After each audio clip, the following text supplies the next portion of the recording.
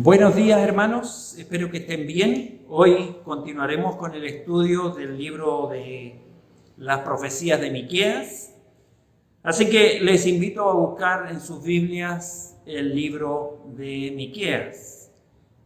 Lo que encontramos en el libro de Miqueas es una radiografía de la realidad espiritual de Israel, tanto la parte norte representada con Samaria y la parte sur representada con Jerusalén, donde la espiritualidad que se manifestaba necesitaba más profundidad y no lo superficial que podemos notar a través de la lectura del mismo libro de la profecía. Y que esa profundidad estuviera vinculada con una vida práctica y no teórica. El pueblo no estaba presto a oír el mensaje de Dios, sino lo que fuera agradable a sus oídos: la adulación, la mentira, el mal y la trivialidad era su camino. Seguían a los hombres cuyos pésimos caminos y conductas podían alimentar la naturaleza inmoral e impía de ellos. Eso queda manifestado en el mismo libro. Si uno mira el capítulo 2, versículo 10, capítulo 2, versículos 10 y 11, leemos lo siguiente: levantaos y andad, porque no es este lugar de reposo, pues está contaminado, corrompido grandemente. Si alguno anda con espíritu de falsedad, mintiere diciendo: yo profetizaré de vino y de sidra, este tal será el profeta de este pueblo. Además, Miqueas desea fervorosamente que el pueblo entendiera que todo acto en contra de su hermano era una ofensa grave a Dios, el creador de todos los hombres. Y él escribe en el capítulo 7, versículo 2, diciendo lo siguiente: faltó el misericordioso de la tierra, y ninguno hay recto entre los hombres. Todos acechan por sangre, cada cual arma red a su hermano. Para completar la maldad con sus manos, el príncipe demanda, y el juez juzga por recompensa, y el grande habla el antojo de su alma y lo confirman. El mejor de ellos es como el espino, el más recto como zarzal. El día de tu castigo viene, el que anunciaron tus atalayas. Ahora será su confusión. No creáis en amigo, ni confiéis en príncipe.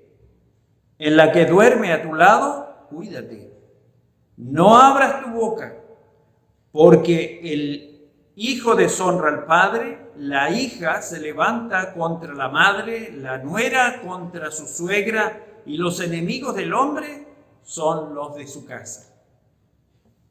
Estas ofensas determinaron el juicio condenatorio de Dios sobre ellos. Miqueas presenta en su libro a Dios glorioso, grande en poder, santo en su carácter, paciente y cuidadoso, el cual también es juez, es recto y justo, es amoroso, es Dios de esperanza y promesa. Así lo dice en el capítulo 7, versículo 7, diciendo: mas yo a Jehová miraré, esperaré al Dios de mi salvación, el Dios mío me oirá. Así lo describe Miqueas. Él ministró durante el período de 3 reyes en Jerusalén. El nombre de Miqueas significa ¿quién es como Jehová? Lo señalamos la semana pasada. ¿Quién es como Dios? Y era una pregunta repetida en la vida del profeta. Y es por eso que muchos eruditos piensan que este nombre realmente era un apodo por el cual era conocido. La razón de pensar así es que en su libro no aparece el nombre del Padre como lo hacen los demás profetas, y eso entonces indicaría que lo más probable que sea un apodo, y el nombre verdadero del profeta no lo conoceríamos. Y la pregunta que el profeta está haciendo, ¿quién es como Jehová? ¿Quién es como Dios? Es en la búsqueda que él está transmitiendo a través de su libro. Es como lo que señalamos la vez pasada con este filósofo griego Diógenes, que andaba con una lámpara, andaba con una lámpara de día y de noche, y cuando le preguntaban entonces, ¿por qué andas con esta lámpara?, decía, busco un hombre honesto. Y es la búsqueda de Miqueas en el pueblo. Buscaba un hombre que sea como Dios, como su nombre.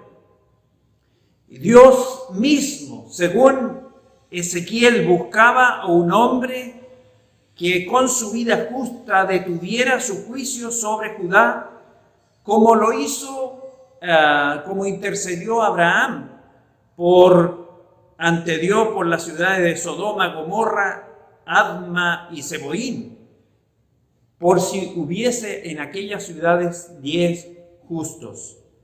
Y Ezequiel entonces dice de Dios lo siguiente: y busqué entre ellos hombre que hiciese vallado y que se pusiese en la brecha delante de mí a favor de la tierra, para que no la destruyese, y no lo hallé. Capítulo 22, versículo 30 de Ezequiel.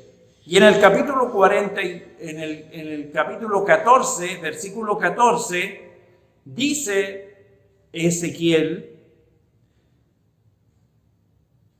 y si estuviera en medio de ella estos 3 varones, Noé, Daniel y Job, ellos por su justicia librarían únicamente sus propias vidas, dice Jehová el Señor. Dios buscando hombres que se pusieran para que detuviera el castigo que venía con su pueblo, Él señala a través del profeta que estos hombres, estos 3 baluartes que tenemos en la Escritura, solamente salvarían su vida, pero no podrían hacer entonces que el juicio se detuviese. Por eso vino Cristo, para ser autor y consumador de eterna salvación, como nos dice el escritor de Hebreos en el capítulo 5, versículo 9, y en el capítulo 12, versículo 2. ¿Y qué hay de nosotros? ¿Estamos procurando vivir una vida que sea agradable a Dios en obediencia a su palabra, reflejando las virtudes de aquel que nos llamó desde la tiniebla a su luz admirable? ¿Es así con nuestras vidas?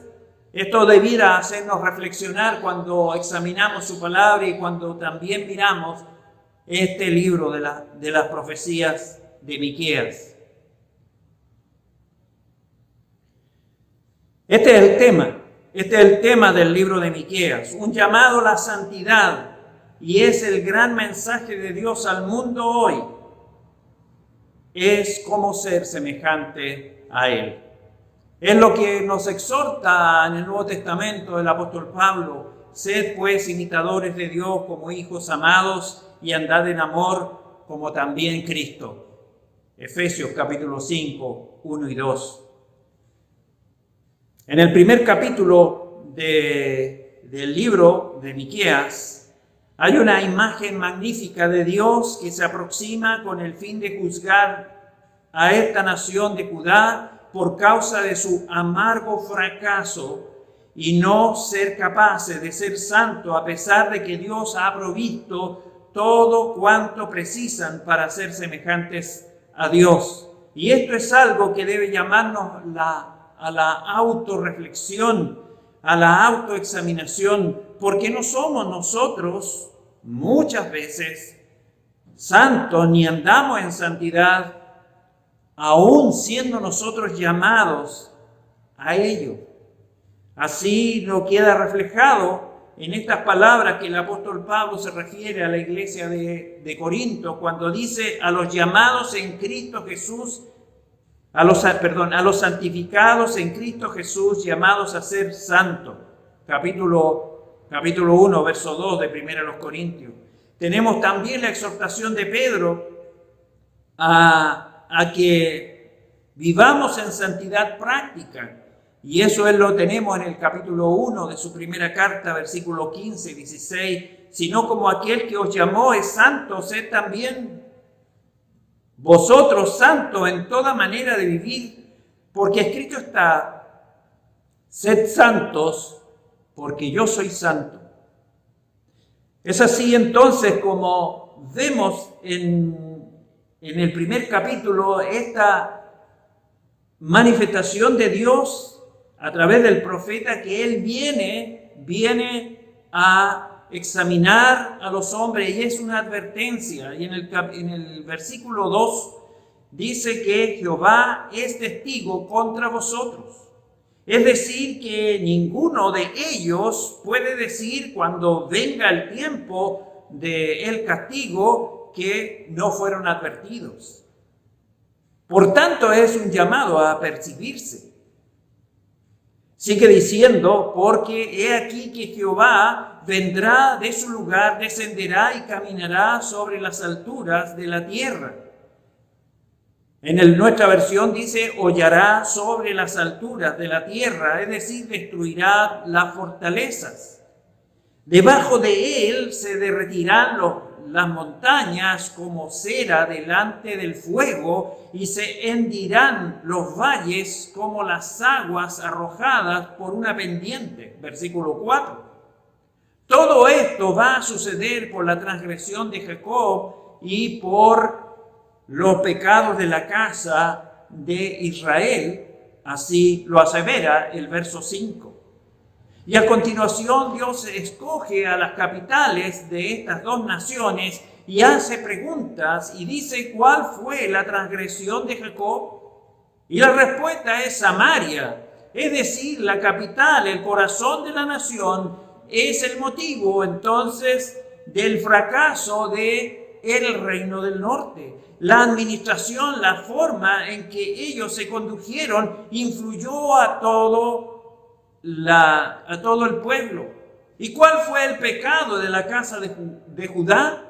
¿Acaso no fue Jerusalén? Así nos dice el versículo 5.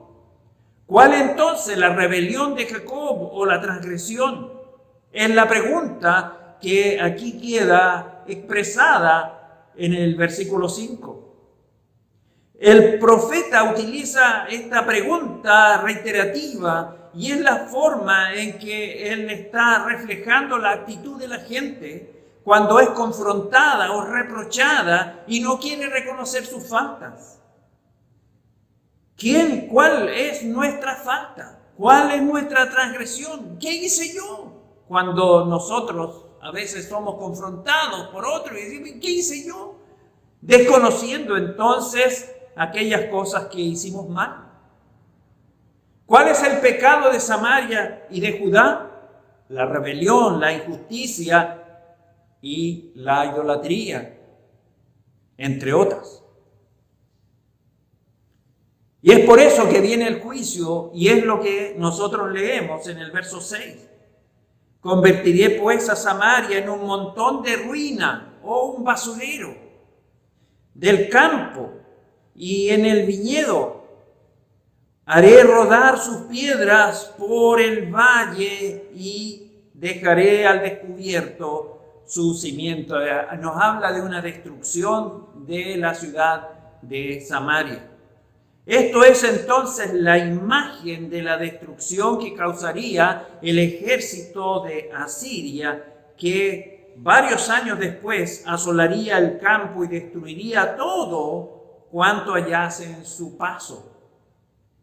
Samaria y el reino del norte entonces caerían bajo el imperio asirio por mano de Salmanasar en el 722 a.C., llevando cautivo a los habitantes de Samaria y del reino del norte a otros lugares. Y es lo que el profeta está diciendo, que aquí este es el juicio de Dios. Y en los versículos 7 nos habla de los dones de ramera, lo juntó, dice, de dones de ramera, lo juntó a dones de ramera, volverán. Israel juntó o hizo los ídolos que adoraron de oro y plata, que recibieron, según ellos, de los mismos dioses falsos, como paga de su adoración. Y esto volverán otra vez a lo que habían sido antes. Es decir, la paga del adulterio espiritual, la prosperidad del enemigo, que también los asirios eran adoradores de ídolos, atribuirían la adquisición a sus propios ídolos. En el versículo 8 tenemos entonces el sentimiento del profeta.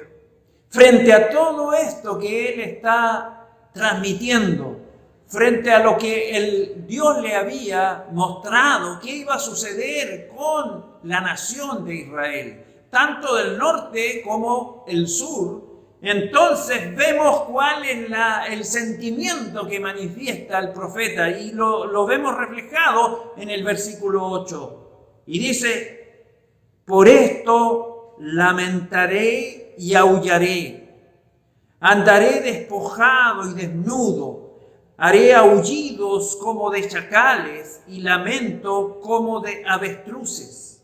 La versión de las Américas la pone un poquito distinto, pero nos ayuda a clarificar. Dice: por eso me lamentaré y gemiré, andaré descalzo y desnudo, daré aullidos como los chacales y lamentos como los avestruces.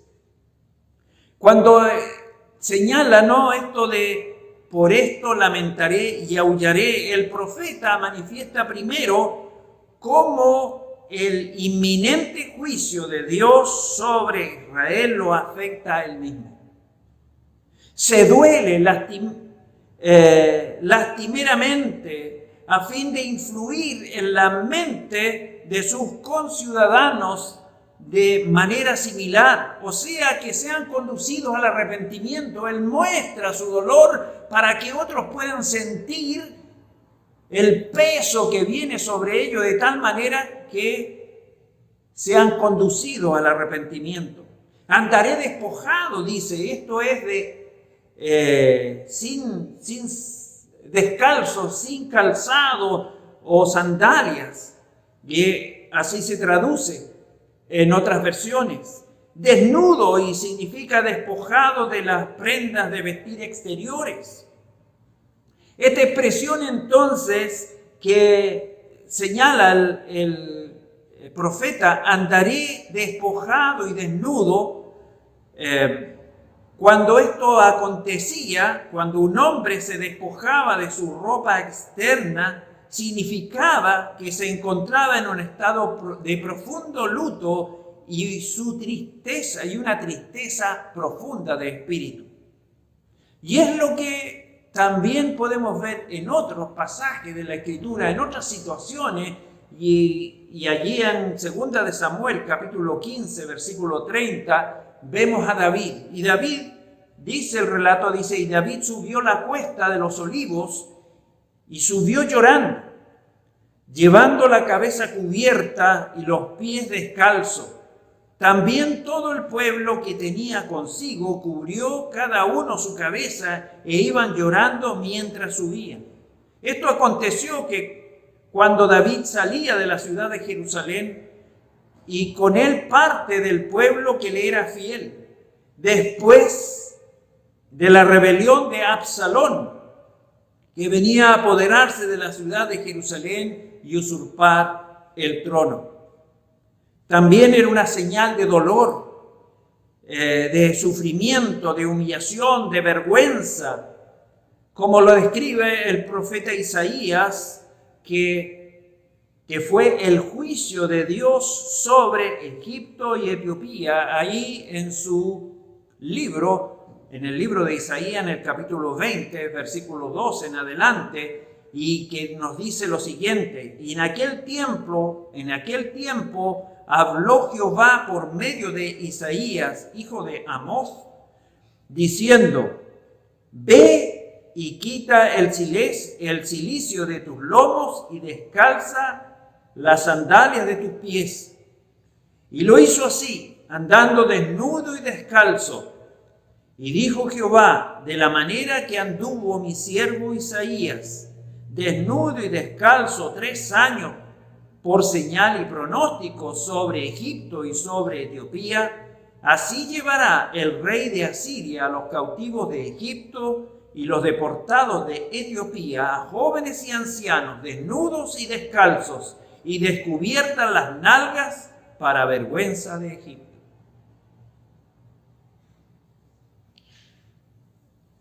El profeta muestra su tristeza, su dolor, a través de estas expresiones.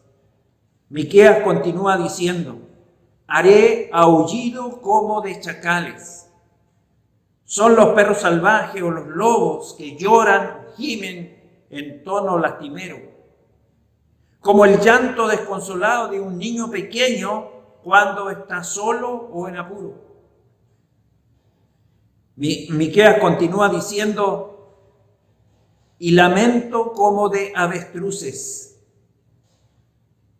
Ahora el avestruz produce un sonido muy plañidero que se parece mucho a un lamento. El profeta está conmovido por lo que Dios le ha revelado.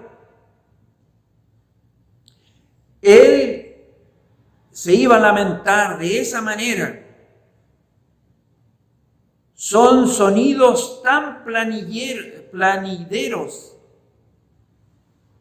como los que emiten las avestruces. El profeta Miqueas aquí revela que el mensaje que proclama de parte de Dios le está afectando de la misma manera que impactó también al profeta Jeremías cuando compartió el mensaje de Dios.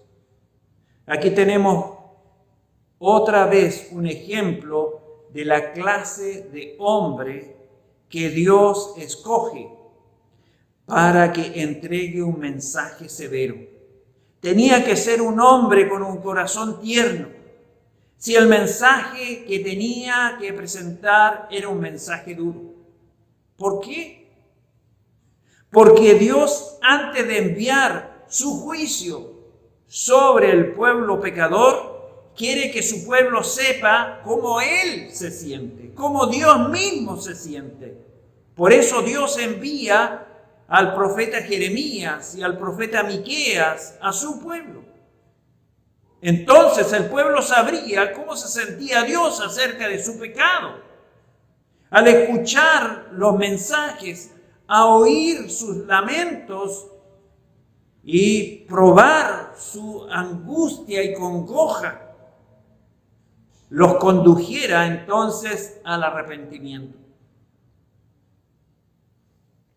El profeta Joel, un profeta que estuvo antes que Miqueas, sobre el reino del norte predicando, escribe en su 2 capítulo, versículo 12, dice: por eso, pues, ahora dice Jehová, convertíos a mí con todo vuestro corazón, con ayuno y lloro y lamento. Rasgad vuestro corazón y no vuestros vestidos, y convertíos a Dios, vuestro Dios, porque misericordioso es y clemente, tardo para la ira, grande en misericordia, y que se duele del castigo.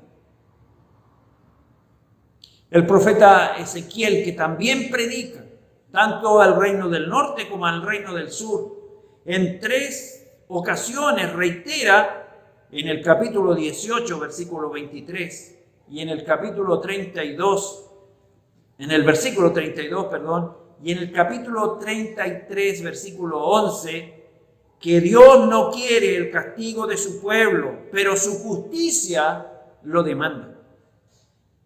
Es así que leemos entonces en el capítulo 33 de Ezequiel, versículo 11. Diles, vivo yo, dice Jehová el Señor, que no quiero la muerte del impío, sino que se vuelva el impío de su camino y que viva. Volveos de vuestro mal camino. ¿Por qué moriréis, oh casa de Israel? Jeremías, escribiendo las Lamentaciones en el capítulo 3, versículo 32, nos da este mismo concepto, esta misma idea. Antes se aflige, dice, también se compadece según la multitud de sus misericordias, porque no aflige ni entristece voluntariamente a los hijos de los hombres. Dios se ve obligado a tomar estas decisiones por causa de la conducta del ser humano. Dios no es un Dios vengativo. Dios no disfruta juzgando y condenando. Sin embargo, Él tiene que juzgar el pecado. Si meditamos sobre este tema, tenemos que reconocer que Dios no puede permitir que se haga daño a alguno de sus criaturas sin que Él juzgue la parte culpable. Dios no sería Dios si no hiciera justicia a sus criaturas. Cuando el mal se ha manifestado y se ha dado o se ha cometido pecado, Dios se manifestará en juicio. Quizás Él demore un poco, pero Él siempre actúa, y cuando Él actúa, nadie le resiste o detiene. Aquí vemos el mensaje del Evangelio de Cristo. Aquí vemos el Evangelio. Cristo trajo salvación al pecador porque Él llevó nuestro castigo. Dios cargó en Él el pecado de todos nosotros, así lo dice el profeta Isaías, para que Él fuese nuestra justicia. La Escritura dice, al que no conoció pecado, por nosotros lo hizo pecado, para que nosotros fuésemos hechos justicia de Dios en Él. La segunda, los Corintios, capítulo 5, versículo 21. Leamos lo que sigue diciendo el profeta ahora en el versículo 9. Porque su llaga es dolorosa y llegó hasta Judá y llegó hasta la puerta de mi pueblo, hasta Jerusalén. Dice, su llaga es dolorosa, o mejor, es incurable. La situación en la nación era política y moralmente desesperada. Se desbordó la maldad. Y es como lo que dice el profeta Jeremías cuando habla del pueblo. En el capítulo 8, versículo 22, nos habla que no hay remedio para ellos. Dice, no hay bálsamo en Galaad, no hay allí médicos. ¿Por qué pues no hubo medicina para la hija de mi pueblo? Un comentarista dice, la nación había sobrepasado una línea invisible, el punto de no retorno. No sabemos exactamente dónde se encuentra esa línea, pero sí sabemos que existe. Si un individuo o una nación sobrepasa esa línea, no hay posibilidad de reclamaciones. No es porque Dios no sea misericordioso y lleno de gracia, pero ese individuo o esa nación está inclinado a pecar y ha hecho oídos sordos a Dios por tanto tiempo que ya no puede quedar otra posibilidad que el juicio. La herida es incurable. Ellos ya no podrán escuchar a Dios. Es como lo que Pablo señala escribiendo a los romanos respecto de cuál es la condición de los hombres. Y dice que como ellos no aprobaron tener en cuenta a Dios, Dios los entregó a una mente reprobada para hacer cosas que no convienen, estando atestados de toda injusticia, fornicación, perversidad, avaricia, maldad, llenos de envidia, homicidio, contiendas, engaños, malignidades, murmuradores, detractores, y sigue diciendo una serie de conductas pecaminosas, y va terminando en el versículo 32 diciendo: quien habiendo entendido el juicio de Dios, que los que practican tales cosas son dignos de muerte, no solo las hacen, sino que también se complacen con los que las practican. Eso fue lo que aconteció en el tiempo de Noé. Y Génesis capítulo 6, versículos 5 y 6, nos dicen: y vio Jehová la maldad de los hombres, era mucha en la tierra, y que todo designio del pensamiento del corazón de ellos era de continuo solamente el mal. Y se arrepintió Jehová de haber hecho al hombre en la tierra, y le dolió en su corazón.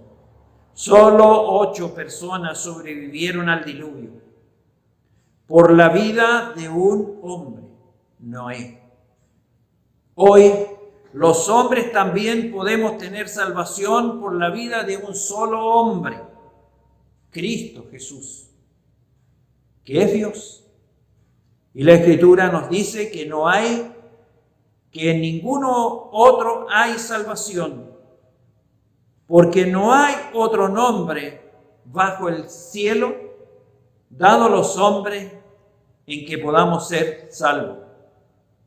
El libro de los Hechos, capítulo 4, versículo 12, lo que está predicando el apóstol Pedro. Es un hecho que hoy en día algunos países parecen haber cruzado esa línea que habla este comentarista, alejándose tanto de Dios mediante sus políticas, leyes y religiosidad, que ya no parece haber posibilidad de retorno. La sociedad, la gente, no solo no escucha la voz de Dios, sino que aparentemente tampoco desea oírla.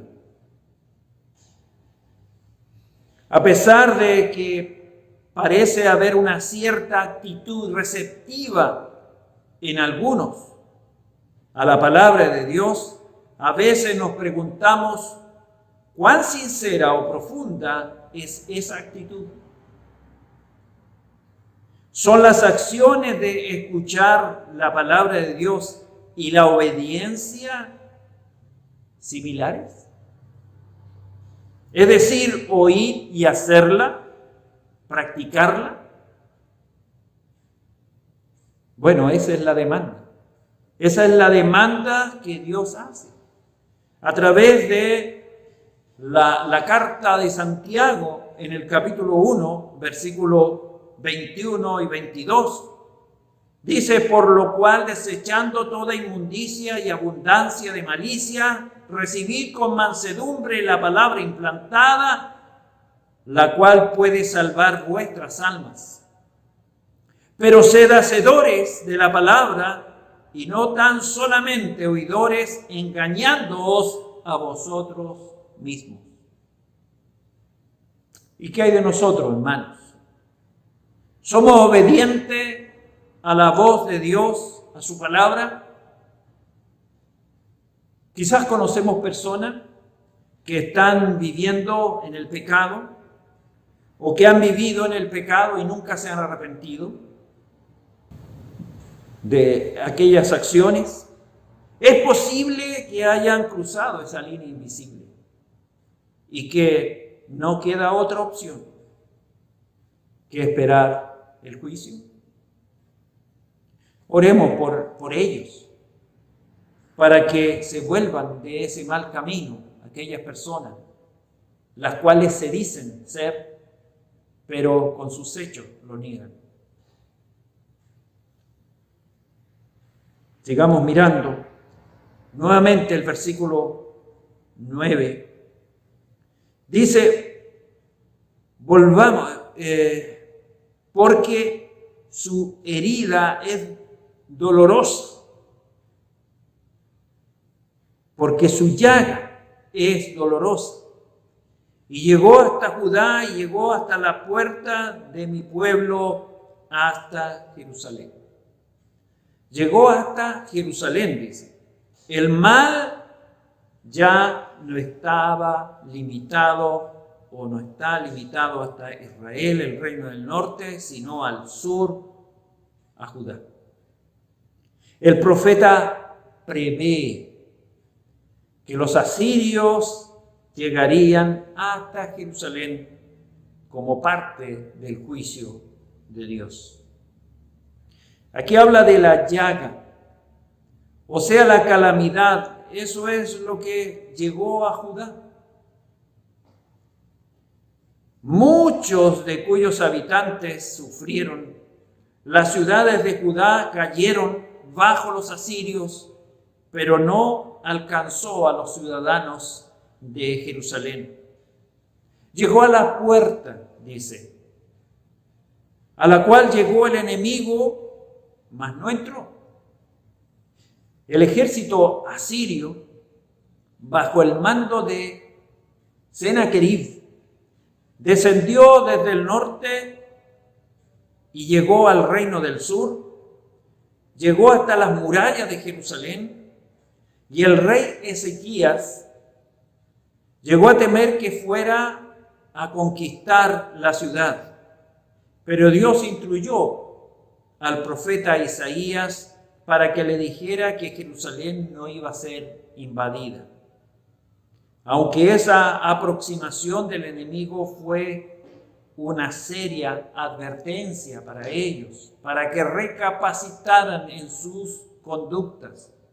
Eso podemos leerlo ahí en el libro de Isaías, capítulo 36, versículo 1, hasta el capítulo 37, versículos 37. Ahí se describe el levantamiento milagroso e inesperado por parte de Dios del asedio que estaba enfrentando la ciudad de Jerusalén. Esto fue en el año 701 a.C. El salmo que estamos estudiando los días jueves, el Salmo 46, según muchos estudiosos, es el canto de liberación de este evento extraordinario y milagroso, donde el ángel de Jehová mató a 185,000 asirios en una noche y obligó entonces a Sennacherib regresar a Nínive, a la capital de Asiria. Bueno, por un tiempo, el reino de Judá prestó atención a la advertencia, pero después el pueblo se olvidó y volvieron a practicar la adoración a los ídolos con todo lo que esa práctica conlleva. Llegó el día en que Dios tuvo que juzgar el reino de Judá, así como había juzgado a Israel, el reino del norte, y fue Nabucodonosor, el rey de Babilonia, el que destruyó Jerusalén, el templo, y llevó cautivo a Judá. Y eso es algo que muchas veces ocurre con nosotros. Tenemos mala memoria. Viene un terremoto, todos se vuelven muy espirituales, mirando a Dios. Pasa el tiempo y seguimos la rutina. Espero que eso no acontezca con su iglesia, con su pueblo, con nosotros, sino que tomemos las advertencias que nos da la palabra de Dios y las tengamos presentes siempre.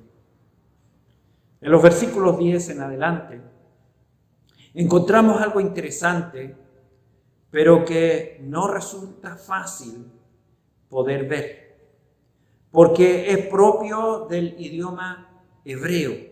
En la Biblia, el estilo de composición de los escritos de varios profetas es equivoquista o humorista.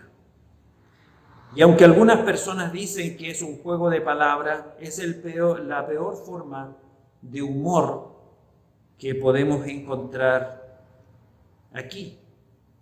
Pero a nosotros nos cuesta trabajo hallarlo si no entendemos el hebreo. Si pudiésemos leer y entender el original en hebreo, nos daríamos cuenta de que hay un montón de juegos de palabras en los nombres de las ciudades mencionadas aquí por Miqueas. En el versículo 10 dice,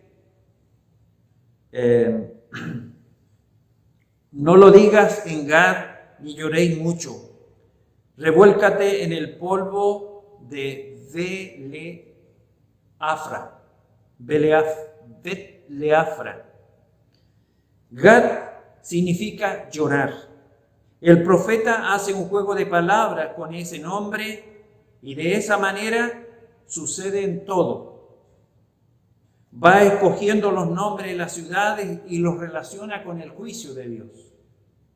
Y Gad en realidad quiere decir ciudad llorona. Era una ciudad de llanto fácil. Fue así como Dios hubiera dicho, no lloréis en la ciudad llorona. Debemos decir que Gad pertenece a los filisteos y eran los enemigos empedernidos de Israel. Dios no quería que les dijera que el juicio se cerniría sobre ellos, que no les diera el gusto a los enemigos que se regocijen en la caída de el Israel de Dios. No lloréis mucho, dice el texto. No descubráis vuestra pena interior con el lloro exterior, al alcance del conocimiento de los enemigos, no sea que ellos se alegren por él. Le está diciendo, no lloréis mucho, para que el enemigo se dé cuenta de qué está sucediendo. Luego dice, y él continuó diciendo, revuélcate en el polvo de Bet-leafra. Afra significa polvo. Bet-leafra, ciudad polvorienta. El poner polvo sobre la cabeza era una señal de mucha aflicción, una aflicción muy intensa. No se conoce dónde estaba ubicada esta ciudad, pero la idea de este versículo, de esta afirmación, parece ser que la gente tenía que lamentarse en su propio terreno. Versículo 11. Versículo 11 dice: pásate, oh morador de Zafir, desnudo y con vergüenza. El morador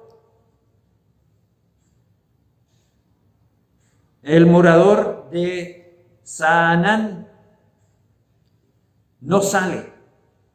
El llanto de Betesel os quitará su apoyo. Retírate o pásate, morador de Zafir, desnudo y con vergüenza. Zafir significa ciudad hermosa o algo hermoso, bello. Pero los habitantes se fueron muriendo y la ciudad misma desapareció, así que su emplazamiento es absolutamente desconocido. No se sabe dónde está la ciudad, dónde estuvo la ciudad. La hermosa ciudad ya no lucía su belleza y sus habitantes emigraron desnudos y humillados después de esta invasión asiria. En la ciudad de la belleza queda en vergüenza.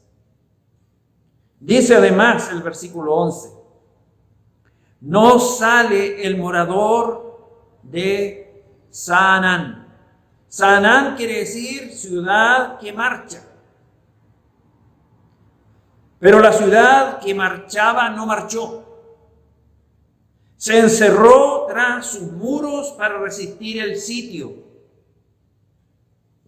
Pero fue solo por un tiempo, pues ella también cayó. La ubicación de esta ciudad tampoco es conocida. Luego dice: hay llanto en Betesel.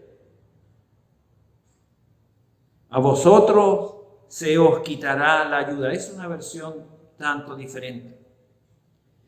Betesel quiere decir casa del vecino o lugar cercano. La ciudad de los vecinos. Betesel, tanto para Saanán o Jerusalén, acaba de ser un vecino inútil o acabará ser un vecino inútil, pues no irá en su ayuda. Otra traducción dice así: la morada de Saanán no salió, el duelo de Betesel te quita el abrigo de ella. Aunque Betesel está a tu lado, o sea, cerca, de conformidad con su nombre, por cuanto ella gime también bajo la opresión del enemigo, no te puede dar albergue, ni estar a tu lado como esperarías en atención al nombre de ella, para socorrerte. Si tú sales, el enemigo te intercepta tu retorno a Saanán.